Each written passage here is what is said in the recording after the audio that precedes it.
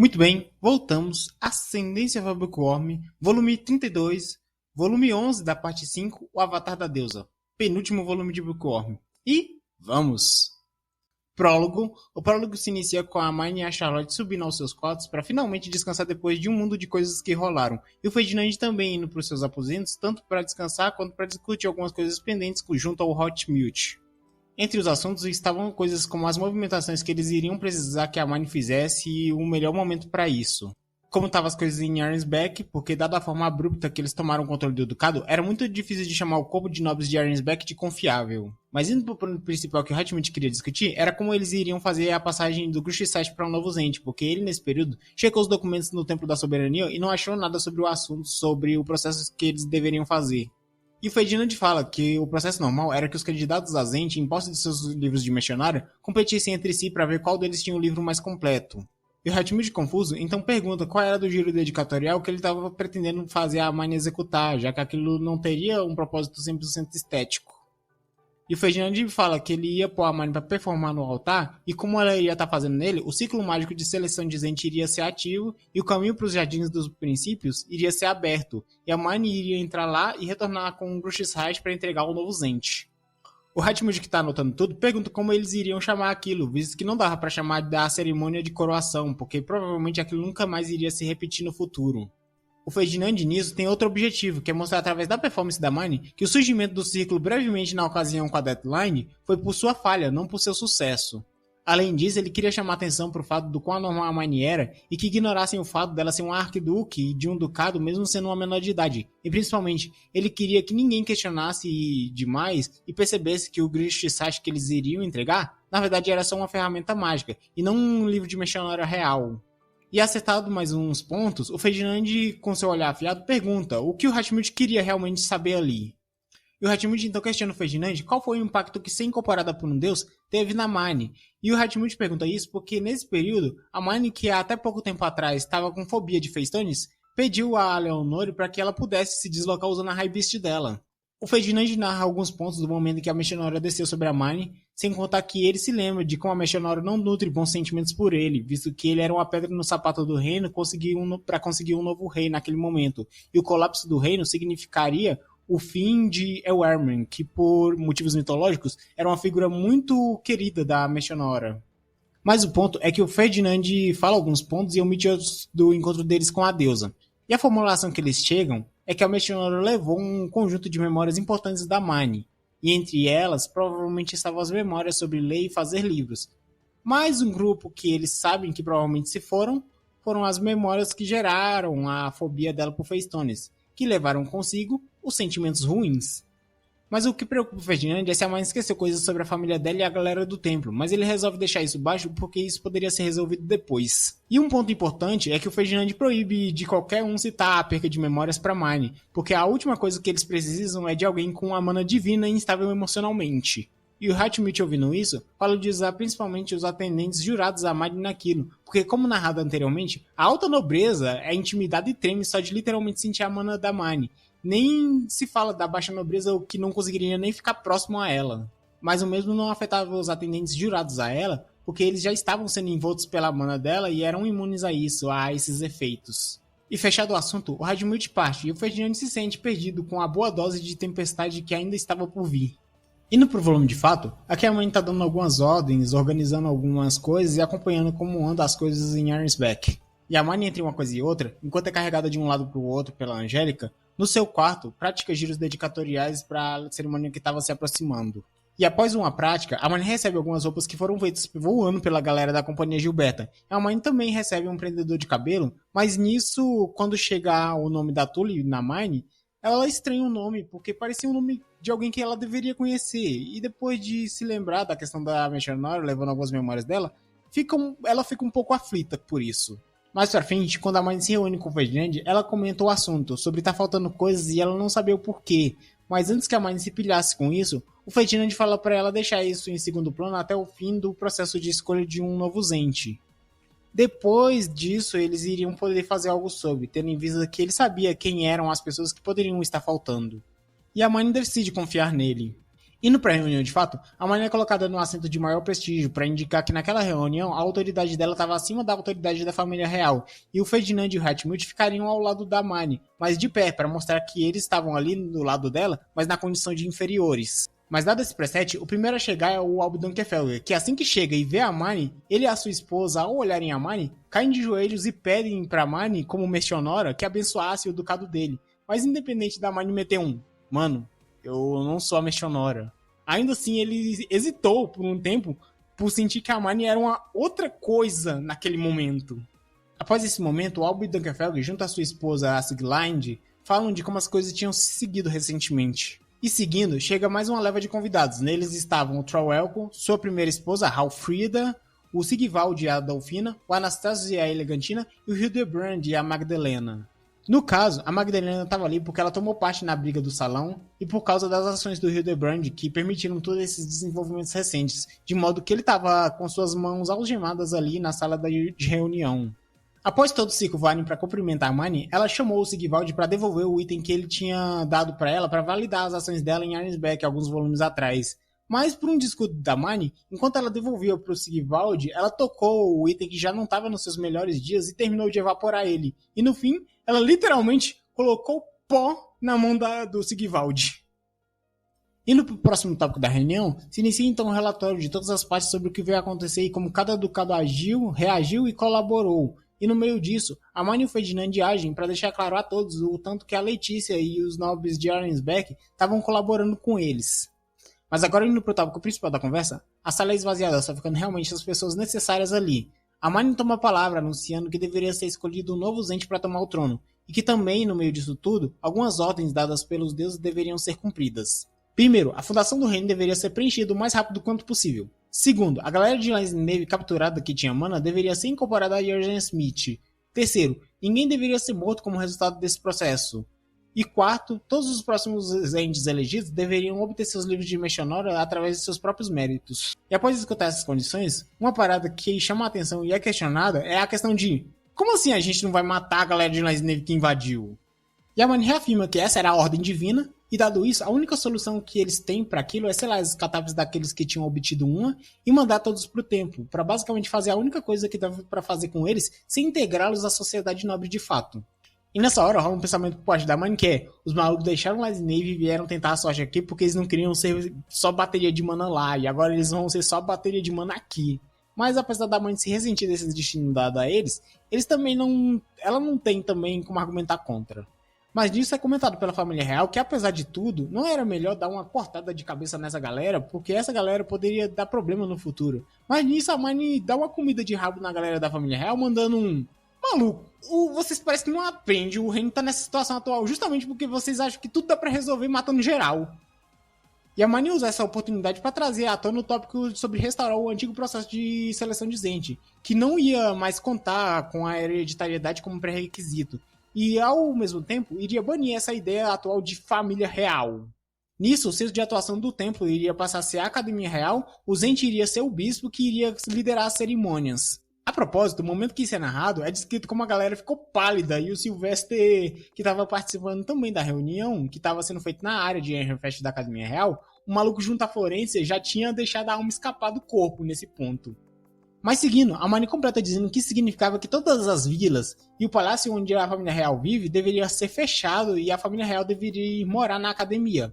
Deveria tirar seu sustento não dos seus próprios territórios, mas de taxas coletadas de todos os ducados e, se precisassem de mais dinheiro, que trabalhassem por conta.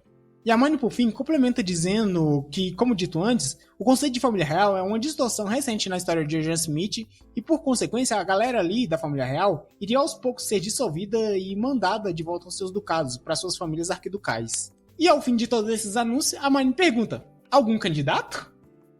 Ninguém abriu a boca.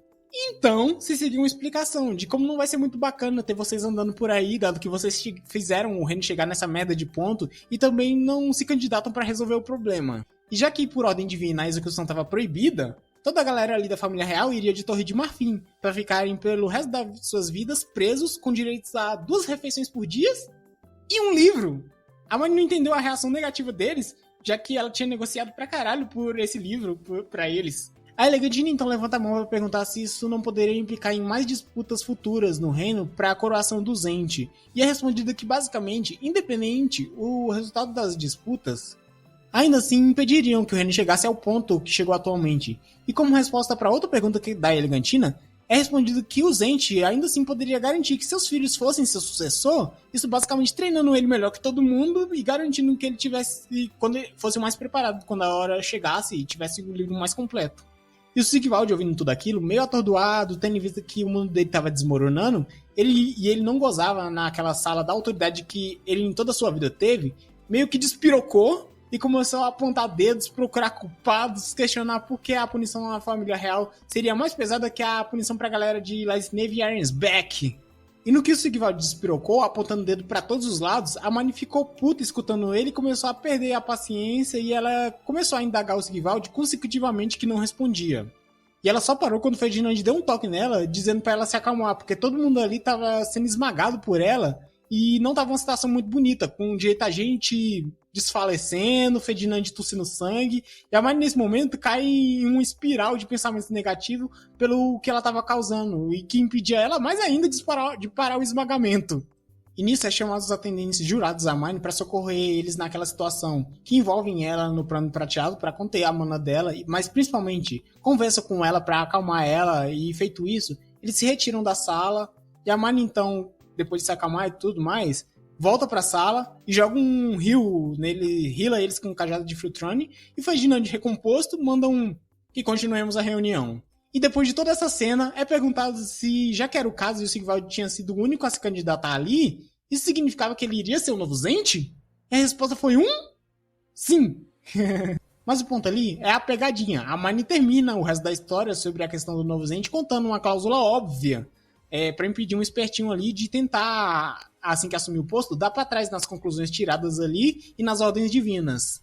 Que era que o novo Zente deveria ser escolhido ali, deveria assinar um contrato mágico se comprometendo a levar para frente todas aquelas determinações, de modo que eles não iam depender literalmente de um manifesto divino da próxima vez para poder novamente botar a ordem na casa. Além de tudo, o Ferdinand avisa o Sigvald que ele deveria também oferecer seu nome para Mine para evitar que ela esmagasse ele sem querer ou coisa do tipo, e também despirocasse de outras formas que não estão no contrato, como novo Zente. Mas o Sigvald manda um Zente oferecendo seu nome para um Albi?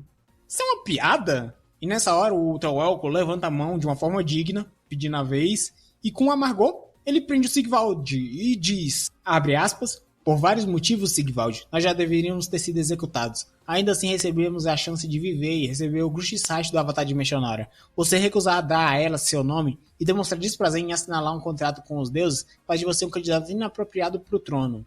Abra seus olhos para ver o que resta de nós. Eu entendo que você cresceu e visualizou um futuro onde a família real vive sem Grushsite. Mas se agarrar um estado que não temos mais, é só uma idiotice. Fecha aspas. Nessa hora, ninguém falou em defesa do Sigvald, e quando Ferdinand confirmou com o Troelco que eles não iriam concordar com o Sigvald como Zente, a conversa seguiu. O Troelco então vira pro Ferdinand e questiona o Ferdinand se ele tinha um Grushsite, mas nessa hora, sem responder a pergunta, o Ferdinand fala que no fim, o Sigvald era realmente muito parecido com ele, provavelmente ele aprendeu aquele padrão de comportamento com o pai. Porque o Ferdinand já afirma que ele naquela situação estava esquecendo de tudo que rolou nesses últimos anos, todas as ações do Ferdinand que claramente gritavam que ele não tinha interesse no trono, e o Troelco com isso estava só caçando uma saída conveniente para ele daquela situação.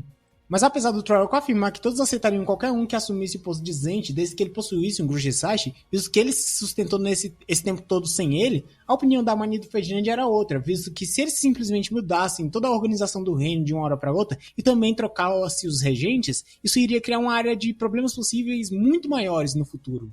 Aí eles falam que o Zente que seria escolhido ali teria o trabalho de fazer a manutenção e a organização das coisas atualmente, além de reorganizar aos poucos as coisas no reino, já que na próxima geração o novo Zente já deveria ser escolhido através do devido processo. E feito esse levantamento de tópicos, a Elegantine se candidata ao posto de Zente, e ela disse que se fosse o caso do Ferdinand já ter um Grushsite e desejar o posto, ela não se candidataria, mas já que não era o caso, fora o Sigvald e o Troelco, ela era a única omni elemental da família real, então ela era a única opção restante. E se isso pudesse evitar que o reino caísse em mais conflitos, ela estava disposta a pagar o preço. E setado isso, o tópico avança pra Ok, a gente agora tem que esconder ao máximo os crimes da família real o quanto possível. A primeira coisa que é proposta é que fosse ocultada a participação do Hildebrand em tudo aquilo, visto que tinha gente com mais culpa no cartório que ele naquela sala e mesmo assim seriam perdoados. E a Hermione tenta ser gentil e fala que apesar da escada prematura dele, se ele se esforçasse muito, ele poderia chegar ao status de um bom candidato a arquiduque. E o Hildebrand, frente àquilo, pergunta se ele não poderia chegar a ser um candidato ou alcançar o posto de Zente. Mas antes que a Hermione desse falsas esperanças, o Ferdinand corta ela e fala que não. A escata prematura dele era de má qualidade, e se ele avançasse muito em desenvolver sua mana e obter os outros elementos de mana que faltavam a ele, isso iria ser um fardo para ele, porque assim como a Hermione, ele perderia a capacidade de controlar sua mana, e o Hildebrand questiona o fato da Hermione ter passado por isso, mas mesmo assim ela estava bem agora. E o Ferdinand responde que isso era porque, apesar da baixa qualidade da Skatap da Hermione, quando ela recebeu, ela já era Omni Elemental. E com a evolução da Skatap dela, ela retomou o controle. Mas isso não ia rolar pro Hildebrand, porque, como ele não era Omni Elemental, não tinha como ele evoluir a Skatap dele em qualidades que não existiam nela. E mesmo que fosse o caso, toda a próxima geração que iriam poder disputar a possibilidade de virar Zente iriam ter Skataps melhores que a dele. Então, tira o cavalo da chuva. E dada essa fala, o Ferdinand ordena que retire o Hildebrand da sala porque não dá pra ter uma reunião com uma criança chorando nela. Indo pro próximo tópico, a Hermione então pede pro Troelco que soltasse o Sigvald, que estava ainda preso no chão, porque apesar de todo o desrespeito dele, ele ainda iria virar um arquiduque. Como falado, estava sendo executada ali uma passação de pano generalizada, de modo que o que não faltava era trabalho no reino e ducado que precisava de um albe. E por isso era pretendido colocar o Sigvald para governar um. E até porque, se eles fossem punir realmente o Sigvald, a Adolfina iria tomar de revesgueio, o que não era o que eles queriam ali. Mas fechado que a família real iria ser enviada a ducados para governá-los, a conversa avança para a questão da cerimônia de transferência e a passagem do Gruxissage. A Elegantina é instruída a preparar uma joia de juramento do nome dela o mais rápido quanto possível. Mas, quando questionado, por que não deixar esse evento para o momento da conferência arquiducal?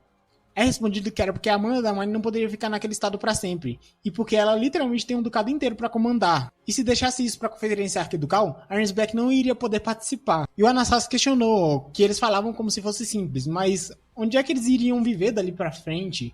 E o Ferdinand fala da vila que eles iriam dar para Hermione. Até porque tá tudo bem um Zente viver naquele lugar, não é? Pelo menos até eles terem mano suficiente para performar um Entwicon. Seguindo, além disso tudo, Ferdinand fala para Elegantine onde é que o Gervásio estava, como capturá-lo, visto que ela precisava de pelo menos alguma coisa para dizer que ela fez alguma coisa em relação ao ataque de Linesnave. O Sigvald questiona porque eles não iriam mandar a galera de Linesnave de volta. E é respondido que o Arm tinha dito, o reino de Agent Smith foi criado para abrigar aqueles possuidores de mana. Desse modo, eles não deveriam recusar aqueles que vieram ao reino em busca de asilo, apesar do Arm deixar livre a decisão de como essas pessoas seriam tratadas, visto que esse era um assunto dos homens. Mas seguindo, a conversa vai para o remodelamento do reino. Fica acertado que a soberania iria perder seus territórios, só ficando com a parte central do reino. Parte de Warstock e Schaffer e um pedaço da soberania iria virar um ducado para o Troelco. Trosvec e outro pedaço da soberania iria virar um ducado para o Sigvald. E outro pedaço de Schaffer iria para Arnsbeck. E uma parte de Warstock sobre a jurisdição de Dunkelfelg iria ser agora finalmente incorporada de fato ao ducado, assim como Klassenberg. A Elegantine pergunta pro Sylvester se a Refresh iria querer algo, mas o Sylvester fala que, dada a baixa participação direta deles em tudo que rolou, se ele só não tivesse que devolver tudo que foi entregue pela adoção da Hermione e mantivesse as ordens de casamento, para ele já estava bom. Uma pausinha rápida, você que está assistindo até agora, considere se inscrever no canal, dá um like, que me ajuda muito. Obrigado desde já e volta pro seu vídeo. E quanto a Hermione, a única coisa que ela pede é que todo livro que fosse imprimido no reino deveria ser enviado uma cópia para ela. E quanto ao Ferdinand, o pedido dele é que fosse mudado o nome e a cor do Ducado de Arnsbeck, e que então fica a cargo da Hermione como Albi decidir o novo nome do Ducado. E fechado mais esse lado da conversa, quem levanta a mão agora é a Adolfina. Ela pede o divórcio do Sigvald. Como é muito óbvio desde o início, o casamento dela não é mais do que um contrato político, com o propósito de recompensar o Ducado de Druenchon através da Adolfina. Aumentando a influência do Ducado entre os assuntos da soberania, já que eles tinham ficado do lado do Troelco na Guerra Civil, mas não tinham ganho terras como Dunkelfelg e Klassenberg. E mais ainda, com esse novo remodelamento do reino, Klassenberg e Dunkelfelg iriam de fato incorporar as novas terras a seus ducados, mas Druenchon iria ficar a ver navios. A Hermione até compara isso a se o Troelco tivesse adotado ela de fato e pego ela de Ehrenfest, mas nunca tivesse entregue as recompensas prometidas a Ehrenfest. O Sigvald nisso fica resistente à ideia. Ele fala de como provavelmente significava que ela não queria encontrar um casamento para si, como ela poderia se desfazer de tudo, visto que eles já estavam há 1 ano juntos e tiveram uma cerimônia abençoada pelos deuses supremos. Mas para Delfina isso não pesava o suficiente, porque os dois nunca foram um casal. Ela simplesmente estava cumprindo um contrato entre o rei e o ducado dela, independente dos seus próprios sentimentos. E se esse contrato não existia mais, qual era a razão dela continuar seu sofrimento? E fechado que ela, Druenchel e o Trogo posteriormente iriam discutir uma recompensa a Druenchel, o Ferdinand anuncia que a Elegantine tinha 3 dias para preparar uma joia de juramento, e nesse período o Anastácio iria ter que aprender com Hatmut como perfumar rituais, visto que o Ferdinand iria estar ocupado com outras coisas em Arnsbeck. E depois de discutirem quem iria ser convidado para participar da reunião, a conversa é fechada. De volta ao dormitório, a Mari vai dando uma série de ordens a seus atendentes, como que documentos seriam passados aos Albis, comunicando alguns resultados da reunião e que pertences delas deveriam ser pegos em Ehrenfrecht para que ela pudesse performar a cerimônia. No meio disso tudo, Ferdinand se aproxima da Mari e pergunta o que eles iriam fazer com a Letícia. Já que eles não iriam executar ela, eles iriam fazer o quê?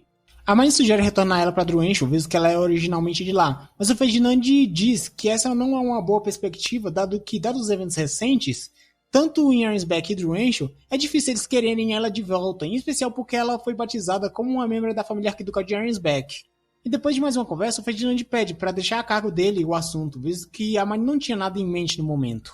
Seguindo, o Ferdinand carrega a Mine para a fundação do reino e a Mine dá uma pequena preenchida nela para o Oerman dar uma acalmada, ao menos por enquanto.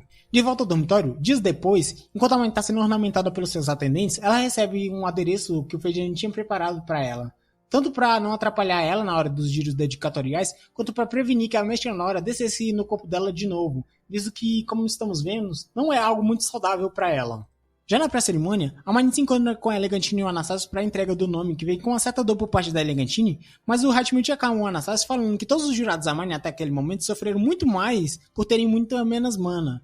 Então ele deveria ficar quieto até que o processo estivesse completo. E feito isso, dá-se início à cerimônia. Os primeiros a entrar no hall tá o Hatmut, que iria ministrar, depois vem o Anastácio e a Elegantine, e por fim ele chama a Mine, que mesmo antes de algo ocorrer, já estava tudo armado, com explosivos e poções de recuperação, para no pressentimento da menor coisa rolar. E a Mine, já em cima do altar, começou a fazer sua apresentação de giros dedicatoriais, mantendo foco em, primeiro, brilhar. Ela tava fazendo o mesmo artifício lá, de colocar um bocado de adereço para brilhar. Segundo, criar um gigapilar de luz, ao menos maior que o que a Elegantine iria ter que criar. E tá tudo indo bem. E a Mine finaliza a apresentação com louros.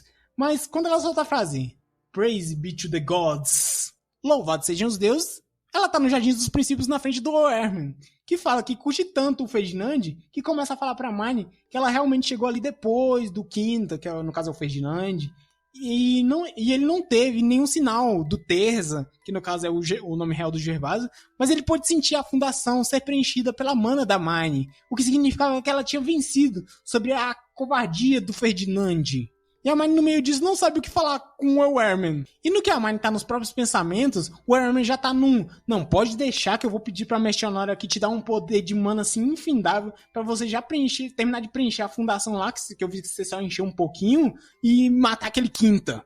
Sem gracinha, o Oerman tá muito desgostoso com o Ferdinand. Mas no que a Mine percebeu, os amuletos dela estavam reagindo, significando que a Mestre-Nora tava tentando tomar o corpo dela mais uma vez, e ela fala que não, porque ela não queria perder mais memórias. Aí o Oerman, então, pra isso, mete tá, então pode deixar, não vai ser Mestre-Nora, vou pedir pra outros deuses aqui. E nisso a Mine começa a agonizar e sofrer com a caralhada de deuses entrando dentro dela e tentando tingir ela. E no meio da agonia da Mine, o Ferdinand e a Elegantine entram nos Jardins do Princípio e, conversas do Oerman à parte, ele instrui que a remover os amuletos que a Mine estava usando, que prevenia a descida da Mestre-Nora, porque só ela era capaz de botar ordem na casa ali.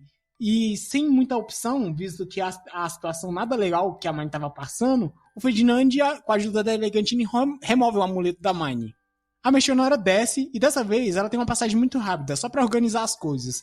Mas ela fala pra Mine, se possível, era para manter o Ferdinand longe do Oerman, e a Mine concorda, dando um tchau pra deusa da sabedoria. De volta ao seu senso, o Oerman convida a galera ali a se retirar, e é o que eles fazem depois que a Elegantine registra o Grugis Reich que o Ferdinand tinha deixado ali previamente. No hall, a Mine tá literalmente quase passando dessa pra melhor, Tanto que o Ferdinand e o Hatmut correm com esse final da cerimônia e carregam a Marne depois direto para a fundação do reino. No caminho, o Ferdinand dá instruções para Elegantine sobre o que ela deveria fazer depois dali, onde estava a fundação do reino e dos ducados. O que ela deveria fazer, primeiro, para economizar trabalho, tudo enquanto carregava a Marne que estava fritando de mana. Chegada na fundação, a Marne começa a preencher ela e fica melhor. No entanto, isso não era o suficiente, porque ela ainda tinha muita mana. E o Ferdinand fala já de redesenhar as fronteiras dos ducados ali com a Marne, visto que era algo já resolvido. E também fala de dar uma parte do ducado de Lindelhelf, que seria o novo ducado do Sigvald, para Druenchel, como parte do respectivo acordo da Adolfine. Visto que, como foi decidido, ela iria voltar para Druenchel para se tornar uma senhora de província. E com isso, a Marne junto a Elegantine redesenham o reino. Após isso, a Elegantine junto ao Anastácio partem para o portão de fronteira onde o Gervásio estava preso. E quanto a Marne, ela tinha um problema, que era literalmente, ela estava com mana sobrando. E nisso ela literalmente estava jogando mana em toda a ferramenta mágica que estava passando na frente dela. E ainda assim, a mana dela não descia. Então o Ferdinand foi junto a Marne para a área de coleta de Arnsbeck, e lá a Marne jogou mana na área de coleta que estava abandonada, visto que a Deathline, diferente dos outros ducados, não se prestou a suprir a área de coleta do ducado dela. E feito isso, a Marne novamente fala: Ferdinand, não tá descendo. Mas o Ferdinand manda relaxa. Coisa para gastar mana é que não falta. Como, por exemplo, todo o ducado de Arnsbeck, visto que as orações de primavera estavam se aproximando. Sem contar que eles poderiam usar essa mana para produzir pó dourado, que seria usado no Entwicon, que eles iriam lançar em todo o distrito central de Arnsbeck. Mas de volta ao dormitório de Refresh, a Marne vai para uma reunião a portas fechadas com o Silvestre, o Ferdinand e a Florência. E o ponto era que a mana divina da Marne, no seu estado atual, precisava ser drenada ao máximo. E tinha outro ponto que deveria ser feito depois disso, que era para ela poder retomar o controle, que era a mana dela ser retingida por uma mana humana. E lembra a conversa sobre tingimento de mana? Pois isso significava que se aproximava o momento da Marne retomar a conversa de casamento para ela poder tomar um chá. Aí eles discutem os pormenores, como o fato que os atendentes dela perceberiam se a mana dela mudasse para uma outra e tal. Mas deixando essa conversa de lado por enquanto, o Ferdinand quer a ajuda do Sylvester porque ele queria trocar com o Ehrenfest mana e pó dourado, que poderia ser usado na construção de Girlach, por ingredientes, visto que só a área de colheita de Arnsbeck não iria ser o suficiente no momento. E concluída essa conversa, o Ferdinand carrega a Marne novamente porque eles precisavam urgentemente gastar a mana dela, visto que se ela continuasse a subir, a mana dela poderia matar ela, principalmente matar todos os atendentes dela e a Elegantine junto. Fora da sala, o Ferdinand coloca a Marne sob os cuidados de seus atendentes e avisa eles que eles deveriam estar prontos para fazerem uma viagem por todo o Ducado de Arnsbeck no dia seguinte se fosse necessário, porque não basta eles terem que gastar toda a mana da Marne, eles deveriam gastar ela antes que ela se regenerasse. O Ferdinand está tão apressado com isso que ele dá para Marne algumas sugestões para ela criar uma nova High Beast para ela. Aí você pode estar perguntando, e por que ela não usa a dela? Basicamente porque a High Beast dela estava registrada com a outra mana dela, não com a mana divina dela atualmente, o que significava que tanto ela não conseguia mais usar a High Beast dela, quanto o próprio Ducado de Arnsbeck não estava mais em posse dela, mas na posse do Ferdinand. O Ferdinand então parte para Arnsbeck, enquanto entrega para Marne uma caixa cheia de ingredientes para ela saturar de mana e transformar em pó dourado. E a Marne seguiu fazendo isso o resto do dia. Mais tarde, a Marne produz um novo Panda Buzz, e diferente do antigo, que era um amarelo claro, esse tinha as cores do arco-íris. É o Panda LGBT. Posteriormente, o Ferdinand vai buscar a Marne, mas ele encontra um grupo de nobres que vieram atrás da Marne para pedir seu favor. Mas o Ferdinand instrui a Marne a não dar corda, porque eles só queriam fazer aquilo porque a Marne naquele momento tinha uma mana divina e isso colocava ela acima da família real. Mas eles iriam virar as costas para ela tão logo a mana dela voltasse ao normal. Dito isso, eles seguem o seu caminho de volta para Arnsbeck. Chegando lá, a Marne já é recepcionada pela galera do templo, a nobreza local, junto a uns instrumentos divinos, para ela preencher, para ver se a mana dela diminuía. E a Marne está sendo exaltada pelas qualidades divinas dela, pela galera, e fica um pouco angustiada, porque sabia que ela não ia ficar daquele jeito para sempre, e até considera que talvez fosse melhor pro Ducado se ela se mantivesse daquele jeito. Mas a galera é cortada pela Clarice e pelo Hatmut, que já queriam executar a lavagem cerebral na galera ali. E a Marne considera que também não queria viver um ducado cheio de custistas malucos por ela. E no meio disso, chega uma mensagem da Elegantine questionando a Marne sobre que nome ela daria pro ducado dela. E a Marne, que estava querendo pensar em outra coisa para clarear a mente, considera escolher entre Veneza e Alexandria, apesar dela estar muito inclinada a Alexandria. Mas o Ferdinand não tá pra conversa no momento e mandam, a gente tem coisa mais importante pra ver no momento. E pega a Mine pra fazer um círculo mágico de teletransporte. E ele usa uma Facetone pra ativar o círculo mágico. Pra galera pensar que tá usando a mana da Mine, não a dele. E visto que ele, atualmente, era reconhecido pela fundação como o Albi de Arensbeck. E feito isso, ele se teleporta pra Bindelwald. Chegando lá, eles vão junto performar a cerimônia e no meio disso eles discutem sobre assinalar um novo senhor de província para Bindelwald, mas isso ia esperar um pouco. Porque o que se seguiu foi a Mine e o Ferdinand passando, com a Mine carregando e jogando o conteúdo do Cálice de Gedulu para restaurar as terras que foram muito sugadas ali. Se aproximando do fim da tarde, o Ferdinand pergunta pra Mine como ela estava de mana no momento, depois deles passarem um dia inteiro nisso, e a Mine responde que se eles fizessem aquilo por mais 5 dias, aí ela se esgotaria, mas meio que isso não era sustentável, porque apesar da Mine não se esgotar em mana, o cansaço físico ainda se acumulava nela.